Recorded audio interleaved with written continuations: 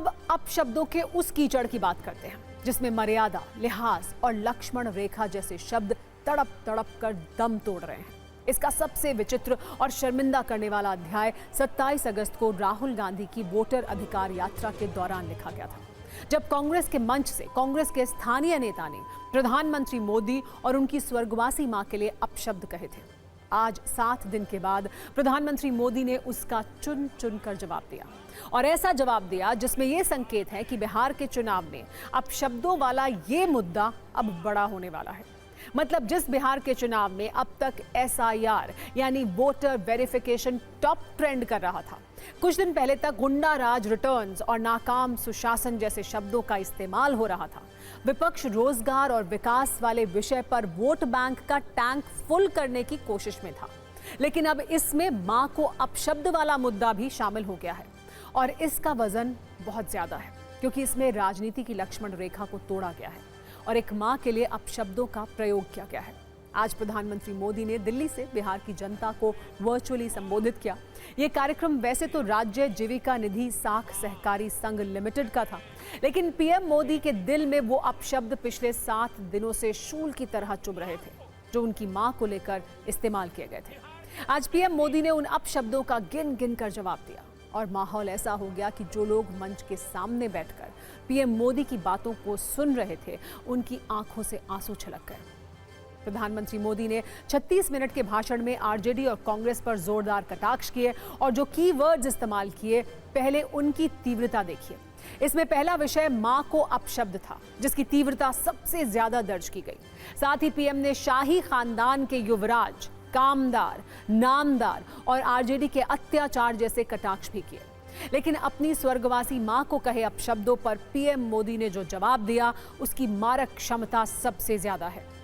पहले इस पर एक आप न्यूज रील देखिए, फिर इस पर आगे बात करेंगे। बिहार में आरजेडी कांग्रेस के मंच से मेरी मां को गालियां दी गई।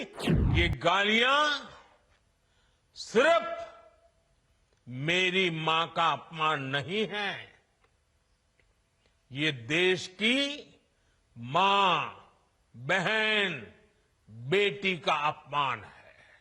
क्या गुना, उस मां का क्या गुना जैसे भद्दी गालियां सुना दी जाए।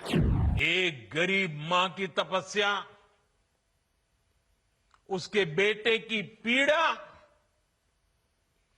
ये शाही खानदानों में पैदा हुए युवराज न समझ सकते। ये नामदार लोग तो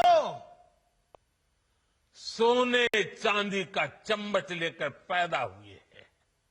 कभी ये मुझे नीच कहते हैं, गंदी नाली का कीड़ा कहते हैं, जहर वाला सांप बोलते हैं। महिलाओं के प्रति घृणा और नफरत की इस राजनीति पर लगाम जरूरी है। ये नामदार लोग क्या बोलते रहे, वो तो यहां तक सवाल करते रहे, भारत माता होती क्या है। भारत माता को जो गाली देते हो, उनके लिए मोदी की मां को गाली देना तो बाएं हाथ का खेल है। आरजेडी और कांग्रेस को 7 बहिनी से माफी मांगनी चाहिए, छठी मैया से माफी मांगनी चाहिए। आरजेडी कांग्रेस के नेता जहां भी जाएं, जिस गली, जिस शहर में जाएं, हर गली मोहल्ले में से एक ही आवाज आनी चाहिए, मां को गाली नहीं सहेंगे, नहीं सहेंगे।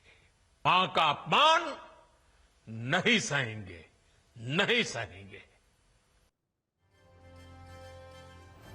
अब बीजेपी ये कह रही है कि विपक्षी जितनी गाली देंगे, उनका कमल खिलेगा। तो क्या पीएम मोदी की मां को कहे गए अपशब्दों को मुद्दा बनाकर बीजेपी फिर विपक्ष पर चोट करने की तैयारी करेगी? वैसे राजनीति के पन्ने पलटे जाएं तो इस तरह के कुछ सबूत जरूर मिलते हैं। जब विपक्ष के नेताओं ने प्रधानमंत्री मोदी के सामने गालियों और अपशब्दों का कीचड़ फैलाया, उसमें कमल खिला है। इसकी शुरुआत 2007 से होती है, जब गुजरात विधानसभा चुनाव में नरेंद्र मोदी पर मौत का सौदागर वाली टिप्पणी की गई थी। इसके बाद 2014 में इसका रिपीट टेलीकास्ट हुआ, जब लोकसभा चुनाव से पहले पीएम मोदी पर चाय वाला कमेंट किया गया। ऐसा ही 2019 में भी हुआ था, लेकिन पीएम मोदी पर निजी हमलों को बीजेपी ने हर बार मुद्दा बनाया और उसे इसका राजनीतिक फायदा भी मिला। अब ऐसा ही कुछ बिहार चुनाव से पहले हुआ है। सवाल है कि इस बार क्या होगा। हालांकि पीएम मोदी ने मां के अपशब्दों को लेकर विपक्ष पर जो इमोशनल कटाक्ष किया, उस पर राजनीति का तापमान जरूर बढ़ता हुआ दिख रहा है। एक न्यूज रील उस पर भी देखिए। ये मानसिक तौर पर असुर प्रवृत्ति के लोग हैं। ये सत्ता के लिए कोई भी स्तर तक गिर सकते हैं। इस तरह के मानसिकता के व्यक्ति इंसान नहीं, जंगली जानवर है। सार्वजनिक जीवन में जिनकी मां की मृत्यु हो गई हो, उनको इस तरह का गाली कोई राजनीतिक संगठन दे, इससे बड़ा दुर्भाग्य या लोकतंत्र के लिए शर्मसार करने वाली घटना दूसरी नहीं हो सकती। कि राजनीति में वैमनस्यता इस कदर आ गया है कि एक दूसरे के माँ बहन का भी हम इज्जत नहीं करते हैं। प्रधानमंत्री जी, ये फेक प्रोपगंडा फैलाया जा रहा है।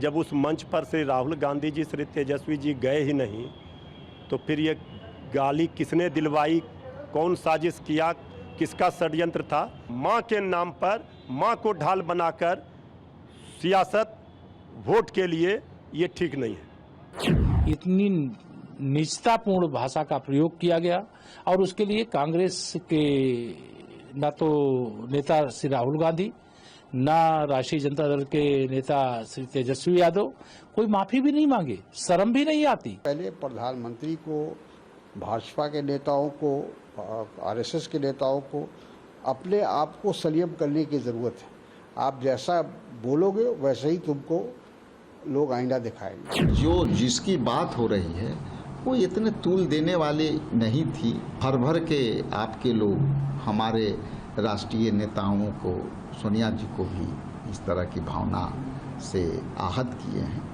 तो ये एक तरफा नहीं होनी चाहिए। हम